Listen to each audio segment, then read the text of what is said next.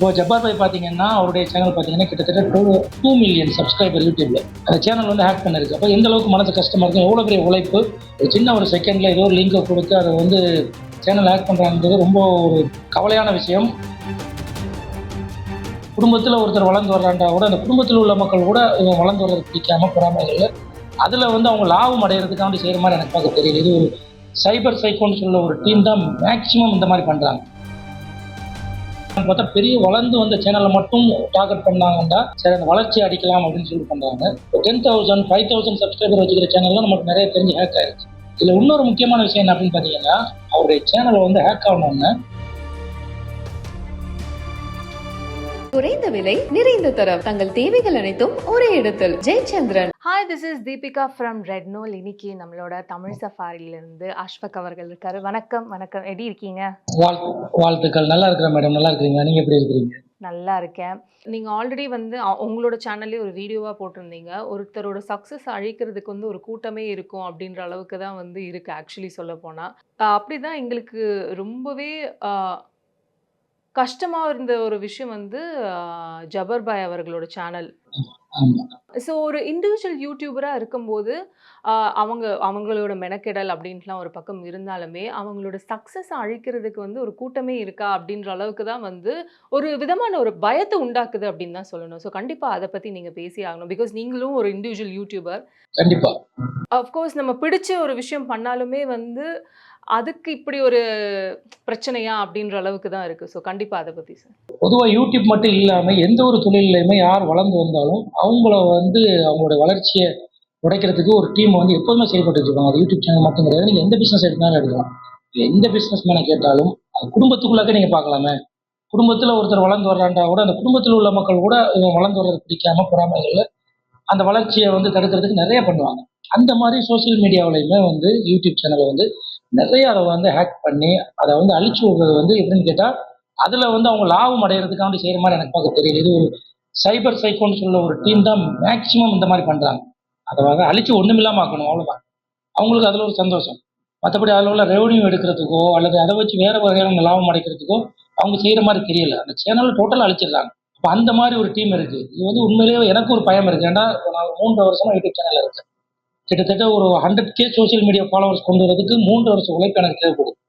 அப்போ ஜப்பார் பாய் பார்த்தீங்கன்னா அவருடைய சேனல் பார்த்தீங்கன்னா கிட்டத்தட்ட 2 மில்லியன் சப்ஸ்கிரைபர் யூடியூப்ல. அந்த சேனல் வந்து ஹேக் பண்ணிருக்கு. அப்போ எந்த அளவுக்கு மனசு கஷ்டமா இருக்கும், எவ்வளோ பெரிய உழைப்பு. கிட்டத்தட்ட ஒரு 5-6 வருஷம் அதோட உழைப்பு இருக்கு. எவ்வளோ ஊர் போயிருப்பாரு, எவ்வளோ டிராவல் பண்ணியிருப்பாரு. ஒரு சின்ன ஒரு செகண்ட்ல ஏதோ ஒரு லிங்கை கொடுத்து அதை வந்து சேனல் ஹேக் பண்ணுறாங்கிறது ரொம்ப ஒரு கவலையான விஷயம். அதே சமயத்தில் வந்து எனக்குமே அந்த பயம் இருந்துகிட்டே இருக்கு. சேனலை தூக்கிடுவாங்களோ அப்படின்னு சொல்லிட்டு எனக்கு மட்டும் இல்லை எல்லா யூடியூபர்ஸுக்குமே அது இருக்குது. இருந்தாலும் முடிஞ்ச அளவு அதை நம்ம பாதுகாப்பாக வச்சுக்கிற வேண்டிய கடமையும் பொறுப்பு வந்து ஒவ்வொரு யூடியூபர்ஸ்க்கு நம்ம எந்த அளவுக்கு நம்ம ஒரு கொஞ்சம் கண் அசந்தாலும் நம்ம சேனலை தூக்குறதுக்கு வந்து ஒரு டீம் வந்து நம்மளை சுற்றிக்கிட்டே இருக்கும். அது வளர்ந்த சேனலாக இருந்தாலும் சரி, சாதாரண சின்ன சேனலையுமே நம்ம ஹேக் பண்ணுறதை கேள்விப்பட்டிருக்கோம். ஒரு 10,000 சப்ஸ்கிரைபர் வச்சுக்கிற சேனலுமே ஹேக் ஆகும். அதனால் வந்து இதில் நம்ம தான் கூடுதல் கவனமாக பொறுப்பாக நம்ம சேனலை பாதுகாக்கிறதுக்கு நம்ம இருக்கோம். இப்போ இன்னொரு விஷயம் சார். இப்போ என்னன்னா, இப்போ ஒரு இண்டிவிஜுவல் யூடியூபராக இருக்கும்போது இப்போ நம்ம சேனலை பாதுகாக்கணும் அப்படின்ட்டுலாம் இல்லாமல் நான் ரீசெண்ட் டைம்ஸில் நிறைய பார்த்ததே வந்து நிறைய இந்த மாதிரி இண்டிவிஜுவல் யூடியூப் சேனல்ஸ் வந்து ஹேக் ஆகிட்டு அஃப்கோர்ஸ் ரிகவரும் ஆயிருக்கு. பட் ஆனால் இவரது வந்து ரிகவர் பண்ண முடியல. ஆனால் நீங்கள் நோட்டீஸ் பண்ணீங்கன்னா அது வந்து ஒரு மாதிரி இவென்ச்சுவலாக வந்து நிறைய இண்டிவிஜுவல் யூடியூப் சேனல்ஸ்க்கெலாம் வந்து இது நடந்துகிட்டு இருக்கு. இது வந்து டார்கெட் பண்ணுறாங்கன்னு நீங்கள் நினைக்கிறீங்களா? இல்லை மேடம், நான் ஆல்ரெடி சொன்னேன்ல, இது வந்து டார்கெட் பண்ணுறது வந்து ரொம்பவே கம்மி. ஒரு பர்டிகுலராக டார்கெட் பண்ணுறது கிடையாது. ஏன் அறிவுப்பட்டது. மற்றபடி எப்படி மற்ற ஆளுக்கு எப்படி நினைக்கிறாங்கன்னு தெரியல. நிறைய சேனல்ஸ் வந்து ஹேக் பண்ணிட்டு அதை அழிச்சிடுறாங்க. அதனால என்ன பிரயோஜனம்? ஒரு டார்கெட்னு சொன்னால் அதை அழிக்கிறனால அவங்களோட வளர்ச்சி பிடிக்காம அழிக்கிறாங்கன்னு பார்த்தா பெரிய வளர்ந்து வந்த சேனலை மட்டும் டார்கெட் பண்ணாங்கன்னா சரி அந்த வளர்ச்சி அடிக்கலாம் அப்படின்னு சொல்லி பண்ணுறாங்க. 10,000 5,000 சப்ஸ்கிரைபர் வச்சுக்கிற சேனல்லாம் நமக்கு நிறைய தெரிஞ்சு ஹேக் ஆயிடுச்சு. அப்போ இதை வந்து அவங்க வந்து எப்படின்னு சொன்னால் அந்த கம்ப்யூட்டர் நாலேஜ் உள்ள ஆளுக்கு அவங்களோட டேலண்ட்டை வந்து வெளிப்படுத்துறதுக்கு அவங்க ஃப்ரெண்ட்ஸ் மத்தியில் நான் இப்போ இன்னைக்கு எத்தனை சேனல் நான் ஹேக் பண்ணேன், எத்தனை சேனலை வந்து ஹேக் பண்ணி அழிக்கணும், அந்த மாதிரி ஒரு காம்படிஷன் அவங்களுக்குள்ள இருக்கும் அப்படிங்கிற ஒரு டவுட் இருக்கு. இன்னொரு விஷயம் நான் சொல்றேன். அந்த ஜப்பார் பாயோட சேனல் வந்து இன்னைக்கு வந்து நேற்று ரெக்கவர் ஆயிடுச்சு. நேற்று ரெக்கவர் ஆகி அதே சேம் சப்ஸ்கிரைபரோட அவருடைய சேனல் வந்துருச்சு. நீங்க திருப்பி அவங்களுடைய எல்லா வீடியோஸும் அதில் இருக்காரு. ரொம்ப சந்தோஷமான விஷயம். ஏன்னா ஹேக் பண்ணி அவர் முடிஞ்ச அளவு ட்ரை பண்ணாரு. அதனால தான் இது வரைக்கும் அவர் வந்து மக்கள்கிட்ட எதுவுமே சொல்லலை. நான் முடிஞ்ச அளவு ட்ரை பண்ணிட்டு இருக்கிறேன். என்னால முடியாத பட்சத்துல நான் வந்து புது சேனல் ஆரம்பிப்போம் அப்படின்னு சொல்லிட்டு நேத்து வந்து அவருடைய சேனல் அதே சப்ஸ்கிரைபரோட அது எப்படி பல எல்லா வீடியோடையுமே திருப்பி வந்துருச்சு. நீங்க போய் பார்க்கலாம். இதுல இன்னொரு முக்கியமான விஷயம் என்ன அப்படின்னு பார்த்தீங்கன்னா, அவருடைய சேனல வந்து ஹேக் ஆகணும்னு அதே பேர்ல வந்து நிறைய பேர் ஓப்பன் பண்ணி ஒரு 10,000, 5,000 சப்ஸ்கிரைபர் வாங்குறாங்க. அப்போ அடுத்தவருடைய உழைப்ப வந்து சர்வசாதாரணமா எடுக்குறாங்க. அது எந்த அளவுக்கு அவங்களுக்கு வந்து மனநிறைவ தரும். அதுலேருந்து வரக்கூடிய அந்த பொருளாதாரத்த வந்து எப்படி அவங்க குழந்தைங்களுக்கு செலவழிப்பாங்க, அவங்க குடும்பத்துக்கு செலவழிப்பாங்கன்னு எனக்கு உண்மையிலே தெரியல. பிறரோட உழைப்ப திருடுறது தானே அது. அவருடைய அனுமதி இல்லாம, அவருக்கும் அது அனுமதி இல்ல. அவருமே போட்டிருக்காரு. இது ஃபேக் ஐடி. நீங்க ரிப்போர்ட் பண்ணுங்கன்னு போட்டிருக்காரு. நெறைய ஒரு 3, 4 சேனல் அவருடைய பேர்ல ஓப்பன் பண்ணி, அது வியூஸ் போகுது. மக்களும் வந்து இது ஜப்பார் பாயோட சேனல் தானே அப்படின்னு சொல்லிட்டு சப்ஸ்கிரைப் பண்றாங்க. இப்படி பிறரோட உழைப்ப வந்து சுரண்டக்கூடிய ஒரு டீமுமே இருந்து செயல்பட்டுட்டு இருக்காங்க. புரியுது. ஆ அந்த உழைப்பு அ தூக்கி சாப்பிடுறாங்க அப்படின்ட்டு ஒரு பக்கம் இருந்தாலுமே, ஆ என்னன்னு சொல்றது, இப்ப நீங்க ஒரு ஹாப்பி நோட் சொன்னீங்க. லைக் ஒரு 2 வீக்ஸ்க்கு மேலேயே வந்து அவரோட சேனல் இல்லையே அப்படின்ற ஒரு வருத்தம் வந்து நெறைய பேருக்கு இருந்தது. உங்களுக்கு பர்சனலா பீயிங் ஃப்ரெண்டா இருக்கும்போது கண்டிப்பா உங்களுக்கு இன்னொரு வருத்தம் இருக்கும்ல. அதை நீங்க எப்படி அவர வந்து ஹேண்டில் பண்ணிட்டு இருந்தீங்க? கண் கண்டிப்பா பயங்கரமான ஒரு அப்செட் ஆச்சு. ஏன்னா என்னுடைய சேனல் வளர்ந்தது அவர வச்சு தான். நான் வந்து இந்த யூடியூப் சேனல் ஸ்டார்ட் பண்ண போகும்போது, ஒரு 2 மாசத்துல தான் அவருடைய நட்பு நமக்கு கிடைக்குது. அந்த ரிலேஷன் ஒருத்தவங்க வந்து சென்னையில ரெஸ்டாரண்ட் திறந்தாங்க. அதுக்கு நான் அவர்ட்ட பேசினேன். இந்த மாரி என்னோட ரிலேஷனுடைய ரெஸ்டாரண்ட் வந்து நீங்க வந்து ஃபுட் ரிவ்யூ பண்ணி தரணும். சென்னையில மணலில அப்போ என்னுடைய சப்ஸ்கிரைபர் பார்த்தீங்கன்னா 2000 என்னுடைய சேனலுக்கு. வெறும் 2000 சப்ஸ்கிரைபர். அப்போ நான் ஒரு சின்ன சேனல் அப்ப தான் ஸ்டார்ட் பண்ண புதுசு. வாங்கன்னு சொல்லிட்டு அவர் பக்கத்துல உட்கார வச்சு 2 பேரும் சேர்ந்து ரிவ்யூ பண்ணோம். அப்போ ஒரு சின்ன சேனலா இருந்தாலும் அவங்களுக்கு என்ன ரெஸ்பெக்ட் குடுக்கணுமோ வளர்ந்து வருவாங்கன்னு சொல்லிட்டு அந்த ரெஸ்பெக்ட் குடுத்து நம்ம சேனல வெளி மக்களுக்கு கொண்டு போய் சேர்த்தாரு. அப்போ அந்த சேனல்ல சொன்னாரு, "உங்க ராம்நாத் டிஸ்ட்ரிக்ட் சம்மந்தமா நெறைய போட்டிருக்காங்க. உங்க சேனல் நீங்க போய் பாருங்கன்னு" சொன்னாங்க. அதுக்கப்புறம் தான் என்னுடைய சேனல் வந்து மக்கள் மத்தியில ஓரளவுக்கு ரீச் ஆனுச்சு. அப்ப நம்ம வேற ஒரு நேம்ல இருந்தோம். அது வந்து அந்த சேனல் இப்ப என் கையில இல்ல. தமிழ் சஃபாரிங்கிறது புது சேனல். இது ஸ்டார்ட் பண்ணி இப்ப 2 வருஷம் ஆச்சு. அது நம்ம வேற ஊர்ல இருந்தோம். ஒரு சில காரணங்கள்னால அது நம்ம கைவிட்டு போச்சுன்னு வச்சுக்கோங்களேன். அப்போ இவருடைய சேனல் மூலமா நம்ம வந்து வெளி உலகுக்கு தெரிஞ்சோம். இப்ப இன்னைக்கு வந்து தமிழ் சஃபாரி இப்ப ரீசென்ட்டா மலேசியா போயிட்டு வந்தேன். மலேசியால வந்து நம்மள அடையாளம் கண்டுபிடிச்சு நெறைய பேர் வந்து பேசுறாங்க. எவ்வளோ தூரத்துல உள்ள ஒரு நாட்டுல நம்மள கேட்கறாங்கன்னு சொன்னா, அப்ப அதுக்கு வந்து நமக்கு வந்து அத ஹெல்ப் பண்ணது, பூஸ்ட் பண்ணது அவரு. அதனால நம்ம லைஃப்ல மறக்க முடியாத ஒருத்தரு, அவருடைய சேனல வந்து இப்படி ஹேக் பண்ணிட்டாங்க அப்படிங்கும்போது எனக்கு ரொம்ப கவலையா இருந்துச்சு. அதே மாரி அத பார்த்து நானுமே வந்து கிச்சன் பக்கமே போனது கிடையாது. இவருடைய சேனல பார்த்து தான் நானுமே இப்ப பிரியாணி போடுவேன். ஒரு 10, 20 பேருக்கு சமைக்கக்கூடிய அளவுக்கு நான் பழகியிருக்கிறேன். நெறைய மக்கள் பழகியிருக்கிறாங்க. இன்னும் வந்து நீங்க அதுல சிம்பிளா, ஈஸியா ரெசிபி பார்க்கலாம். அது சொல்லப்போனா அது ஒரு புக் மாரி அந்த சேனல், அவருடைய சேனல். இப்போ அந்த நல்ல மக்களுக்கு பயனுள்ள ஒரு சேனல் போயிருச்சேன்னு சொல்லிட்டு ஒரு பக்கம் கவலை. நம்முடைய நண்பருடைய சேனல், இத்தன வருஷம் உழைப்பு. அவர் கிட்டத்தட்ட எங்க ஊர்லயே வந்து ஒரு 10, 15 நாள் மொத்தமா கம்பேர் பண்ணும்போது ஷூட்டிங் எடுத்திருக்காரு. ராம்நாத் டிஸ்ட்ரிக்ட் ஃபுல்லா வீடியோ எடுத்திருக்காரு. அப்ப அவரோட உழைப்ப நம்ம பக்கத்துல இருந்து பார்த்திருக்கோம். எவ்வளவு கஷ்டப்படுவாரு என்ன அப்படின்னு சொல்லி. இதெல்லாம் இந்த சேனல் போயிருச்சே அப்படின்னு நினைக்கும்போது சரியான கவலையா இருந்துச்சு. நான் ஒரு 2 வாரமா அவர ட்ரை பண்ணேன். அவர் அந்த பிஸில இருந்தனால தொடர்பு கொள்ள முடியல. திருப்பி என்ட்ட சொன்னாரு. இந்த மாரி ஹேக் ஆயிருக்கு. ட்ரை பண்ணிட்டு இருக்கேன். அதுக்கப்புறம் தான் என்னுடைய சேனல்லயே நான் போட்டேன். இந்த மாரி ஹேக் ஆயிருக்குது. வேற மத்த சேனலுக்கெல்லாம் போலி சேனல் அத நீங்க நம்ப வேணாம். குயிக்கா எவ்வளோ குயிக்கா ரெக்கவர் பண்ணி வரையணுமோ வந்துருவான்னு சொல்லிட்டு அதுக்கப்புறம் தான் நான் வீடியோ போட்டேன். உண்மையிலே கவலையான விஷயம். அது யாரோட சேனலா இருந்தாலும் சரிதான். ஹேக் பண்ண போகும்போது அவங்களுடைய உழைப்பு வீணாகுறது ரொம்ப ரொம்ப கஷ்டமான விஷயம். ஆக்சுவலி ஜபர்பாய் அப்படின்ற ஒரு சேனல் இதெல்லாம் அப்படின்ற ஒரு பக்கம் இருந்தாலுமே, அவரோட பிரியாணிக்கு வந்து ஒரு தனி ஃபேன் ஃபாலோயிங்கே இருக்கு. ஏன்னா வந்து எந்த ஒரு ஈவென்ட்டா இருந்தாலுமே, ஜபர்பாயோட பிரியாணியா நான் வந்துடுறேன்ப்பா அப்படின்ற அளவுக்கு தான் வந்து நெறைய பேர் வந்து சொல்லிக்கிட்டு இருப்பாங்க. ஸோ கண்டிப்பா உங்களுக்கு ஆக்சுவலி எவ்வளோ ஃபேவரைட் அவரோட பிரியாணி? பிரியாணி அப்படின்னு சொன்னாலே பொதுவா வந்து அது வந்து ஃபுட் இல்ல. அது ஒரு எமோஷன் அப்படின்னு சொல்லக்கூடிய அளவுக்கு ம் இன்னைக்கு இன்னைக்கு தமிழ்நாட்டுல எல்லா மக்கள் மத்தியிலயும் போயிட்டு இன்னைக்கு வந்து உலக அளவுலயும் இந்த தமிழ்நாடு சென்னை ஸ்டைல் பிரியாணி இன்னைக்கு வந்து நல்ல ரீச் ஆயிட்டு இருக்கு. இப்போ வந்து நேத்து கனடாவுல ஓப்பன் பண்ணியிருக்காரு ஜப்பார் பாய் பிரியாணி ரெஸ்டாரண்ட். நேத்து கனடாவுல ஓப்பன் ஆயிருக்கு. இப்போ உலக அளவுல இந்த பிரியாணிக்கு வந்து ஒரு பெரிய ஒரு வரவேற்பு இருக்கு. ஏன்னா ஒரு ரொம்ப சிம்பிளா பிரியாணிக்கு வந்து நிறைய சைட் டிஷ் எதுவுமே தேவையில்லை. வெறும் பிரியாணி மட்டும் நம்ம சாப்பிட்டு போயிடலாம். ஒரு ஃபுல் சாப்பாடு சாப்பிட்டா திருப்தி. அதுதான் அதோட வெற்றிக்கு மெயின் காரணமே. அந்த ஃப்ளேவர் நிறைய டிஷ்ஷஸ் தேவையில்லை. ஈஸியா சர்வ் பண்ணிடலாம். டைம் ஆகாது. டக்குன்னு சர்வ் பண்ணி சாப்பிட்டு போயிடலாம். அதில உள்ள மசாலாஸ் எல்லாமே சீக்கிரத்தில வந்து ஜீரணமாகக்கூடிய தன்மை இருக்கிறதுனால, இன்னைக்கு மக்கள் மத்தியில போய் ஈஸியா போய் ரீச் ஆயிடுச்சு. அது பிரியாணிய பொறுத்தவரைக்கும் எனக்கு ரொம்ப பிடிக்கும். அதுவும் குறிப்பா ஜப்பார் பாய் பிரியாணி. ரொம்பவே பிடிக்கும்.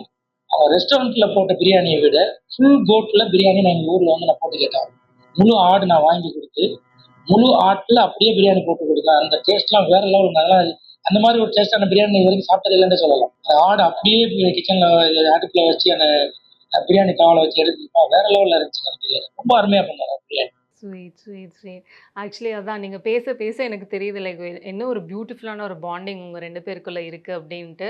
அஃப்கோர்ஸ் உங்களுக்கு வந்து அவர் ஒரு இன்ஸ்பிரேஷனா இருந்துட்டு, ஒரு பக்கம் வந்து உங்களோட பாதைய நீங்க வந்து போட்டுட்ருக்கீங்க. அந்த பாதைய நோக்கி வந்து பயணமாயிட்டுருக்கீங்க. ஃப்யூச்சர் பிளான்ஸ் இப்போ நீங்க இத எப்படி கொண்டு போணும்? அஃப்கோர்ஸ் உங்களுக்கு இன்னொரு ஜாப் அப்படின்னு இருந்தாலுமே, உங்களோட ஆசைய நோக்கி நீங்க போகணும்னு இருக்கும்போது, அதுல என்னென்ன பிளான்ஸ்லாம் நீங்க வச்சிருக்கீங்க? என்னுடைய நோக்கம் என்ன அப்படின்னு கேட்டீங்கன்னா, நல்ல நல்ல விஷயங்கள மக்கள்ல கொண்டு போய் சேர்க்கணும். நமக்கு வந்து இப்போ வெளிநாடுகள்ல போறோம். போய் பொதுவா இப்ப நம்ம ரீசென்ட்டா இப்ப மலேசியா போயிட்டு வந்தேன். மலேசியாவுல சுடுதண்ணி கிணறு அப்படின்னு சொல்லிட்டு ஒரு 24 ஹவர்ஸ் சுடுதண்ணி வரக்கூடிய ஒரு கிணறு. அதுல வந்து அப்படியா? மக்கள்லாம் வந்து ஓ! குளிக்கிறாங்க. நம்ம நீங்க லாஸ்ட் வீடியோ அதான் நீங்க பார்ப்பீங்க. நம்ம சேனல் தமிழ் சஃபாரி போனா பார்க்கலாம்.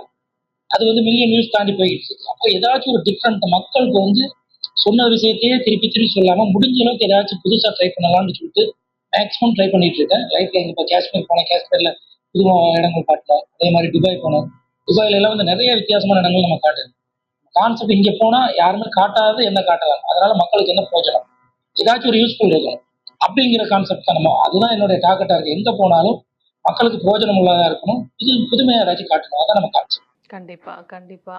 ஃபர்ஸ்ட் ஆஃப் ஆல் எனக்கு தெரிஞ்சு அ அ எல்லாருக்குமே எல்லா யூடியூபர்ஸ்க்கும் ஒரு ஆசையா இருக்கும். ச்சே! அந்த மாரி வந்து எக்ஸ்ப்ளோர் பண்ணணும். இல்லன்னா ஜென்ரலாவே ஜென்ரல் தாட்ஸ் ஒரு லைஃப் ஸ்டைலுக்கு அப்புறமா வந்து நம்ம எக்ஸ்ப்ளோரேஷன் பண்ணணும் அப்டின்ட்டு தான். அந்த மாரி தான் நீங்க பண்ணிக்கிட்டு இருக்கீங்க. சீரியஸா அதுக்கு ஒரு வாழ்த்துக்கள். So how is your journey ரொம்ப கோயிங் நன்றி. ஆன்? இறைவனோட அருளால நல்ல முறையில போயிட்டு இருக்கு மேடம். நம்ம வந்து இது ஒரு எதார்த்தமா ஸ்டார்ட் பண்ணது தான்.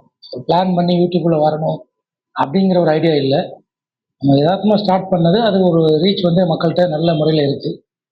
போயிட்டு இருக்கு. இன்னைக்கு நம்ம பல நாடுகளுக்கு போய் வீடியோ எடுக்கிறோம். குறிப்பா நம்மளுடைய சேனலோட மெயின் நோக்கம் என்ன அப்படின்னு பார்த்தீங்கன்னா, எங்க சொந்த ஊர் வந்து ராம்நாடு தொண்டி. ராமநாதபுரம் மாவட்டம். அந்த ஊர வந்து எப்போதுமே யாருமே எதுலயுமே கண்டுக்கிறது கிடையாது. பொதுவாவே ராமநாதபுரம் மாவட்டத்தில் உள்ள நிறைய நல்ல நல்ல இடங்கள்லாம் இருக்கு. டூரிஸ்ட் ஸ்பாட்ஸ் இருக்கு. நல்ல ஃபுட் இருக்கு. நல்ல கல்ச்சர் இருக்கு. ஆனா பெரும்பாலும் எந்த ஒரு சினிமாக்களா இருக்கட்டும், இந்த மாரி இருக்கிற இந்த பகுதிய வந்து காட்டுறது டோட்டலாவே ஒரு புறக்கணிப்பா தான் இருக்கு. அதே மாரி வறண்ட பூமின்னு சொல்லக்கூடிய ஒரு பேச்சும் இருக்கு ராம்நாட பத்தி. நம்ம சேனல்ல தான் ராம்நாட்ல எந்தெந்த இடங்கள்ல எல்லாம் பசுமையான இடங்கள் இருக்கு, எங்கெங்கெல்லாம் நீங்க வந்தா ராம்நாட்ல என்னென்ன டூரிஸ்ட் ஸ்பாட்ஸ்லாம் இருக்குன்னு சொல்லிட்டு நம்ம சேனல்ல நெறைய ராம்நாட பத்தி நம்ம அப்படிதான் ஸ்டார்ட் பண்ணது. நம்ம பகுதிய வந்து வெளி உலகத்துக்கு கொண்டு போகணும் மக்களுக்கு அப்படின்னு. இன்னைக்கு அத அடுத்த ஸ்டெப்பா பல நாடுகளுக்கு நம்ம போற மாரி ஆயிருக்கு. குறிப்பா நம்முடைய சேனல்ல பார்த்தீங்கன்னா, ராம்நாத் டிஸ்ட்ரிக்ட்ல ஓரளவுக்கு என்னென்ன நல்ல இடங்கள் இருக்கு அப்படிங்கிறத நம்ம காட்டியிருக்கோம். Okay, okay sir. இப்ப என்னன்னா ஜென்ரலாவே வந்து ஒரு ஸ்பெசிஃபிக் ஒரு பிளேஸுக்கு போம்போது, அங்க இருக்கிற ஒரு ஸ்பெஷாலிட்டிக்கு அப்படின்னு சொல்லிட்டு ஒரு தனி ஹோம் ஒர்க் பண்ண வேண்டியதா இருக்கும். நாட் ஜஸ்ட் ஆமா, ராம்னா, நீங்க ஆமா, இப்ப வந்து நெறைய எக்ஸ்ப்ளோரேஷனுமே பண்ணிட்டு இருக்கீங்க. அந்த தனி ஹோம் ஆமா. ஒர்க்கான டேஸ்ன்னு பார்த்தீங்கன்னா, நீங்க எவ்வளோ நாள் எடுத்துப்பீங்க? இல்ல மேடம். வீடியோ நீங்க பார்த்தாலே தெரியும். நான் வந்து எந்த ஒரு இதுக்குமே ஹோம் ஒர்க் பண்ண மாட்டேன். ஹிஸ்டாரிக்கல் அந்த மாரி ஏதாச்சும் இருந்தா மட்டும், அந்த தகவலுக்கு மட்டும் நான் பேக்கிரவுண்ட்ல சரியான தகவல் மட்டும் நான் பேக்கிரவுண்ட்ல சொல்லணுமே தவிர, அதுதான் சார் மத்தபடி கேட்கிறேன். அந்த அதுதான் ஸ்பாட்டுக்கு கேட்கிறேன். போய் என்ன நமக்கு மனசுக்கு தோணுதோ அதத்தான் பேசுறது. இந்த யூடியூப் அப்படின்னு சொல்லிட்டு அதுக்காண்டி ஒரு தனி ஸ்லேங்ல அந்த இதுல பேசுறது கிடையாது. நான் நடைமுறையா எங்க ஊர்ல என்ன பேசுவாங்களோ, அந்த மாரி ஒரு பேச்சு ஸ்டைலும் அப்படிதான் இருக்கும். அந்த இடத்துக்கு போனாலும் நம்ம ஒரு எதார்த்தமா என்ன ஃபீல் பண்ணோமோ அந்த மாரி தான் பேசணுமே தவிர, இந்த இடத்துக்கு போறோம். மேலோட்டமா பார்ப்போம் தவிர, அதுக்காண்டி ஹோம் ஒர்க் நான் பண்றது இல்ல.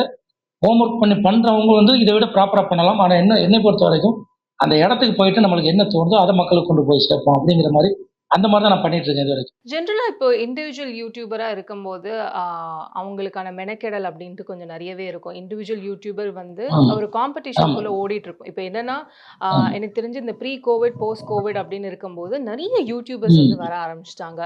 அண்ட் ஆமா, அந்த ஆமா. காம்படிஷனுக்குள்ள ஓடும்போது, அது எப்படி உங்களுக்கு ஃபீல் ஆகுது? இப்போ நான் என்னைய பொறுத்தவரைக்கும் மத்தவங்க எப்படி இத காம்படிஷனா நினைக்கிறாங்கன்னு தெரியல. நம்ம வந்து சேனல்ல ஃபர்ஸ்ட்ல வரணும். நம்ம வந்து பெரிய இடத்துக்கு போயிரணும் அப்படின்னு நினைச்சு நான் யூடியூப் ஸ்டார்ட் பண்ணல. ஏன்னா எனக்கு ஒரு தொழில் வேற ஒரு தொழில் இருக்கு. நான் கன்ஸ்ட்ரக்ஷன் பண்ணிட்டு இருக்கேன் ஊர்ல. இதையே பிரதானமான தொழிலா இருந்தா இதுல ஓடி எப்படியாச்சும் ஜெயிச்சேன்னு இதுல ஃபர்ஸ்ட் வந்துரும்னு நினைப்போம். நம்ம இத வந்து அந்த கான்செப்ட்ட விட்டுட்டு நம்ம விஷயங்கள குடுப்போம். மக்கள்ட்ட போய் சேரட்டும். அதனால இது ஒரு போட்டி மாரி பார்க்காம நல்ல விஷயங்கள்ல குடுப்போம் அப்படின்னு சொல்லிட்டு நம்ம குடுப்போம். சில சமயங்கள்ல இதெல்லாம் ஒரு நல்ல கன்டென்ட், நல்ல விஷயம் அப்படின்னு சொல்லிட்டு நம்ம நெறைய மெனக்கெடல் பட்டுருப்போம். அந்த வீடியோஸ் போகவே செய்யாது.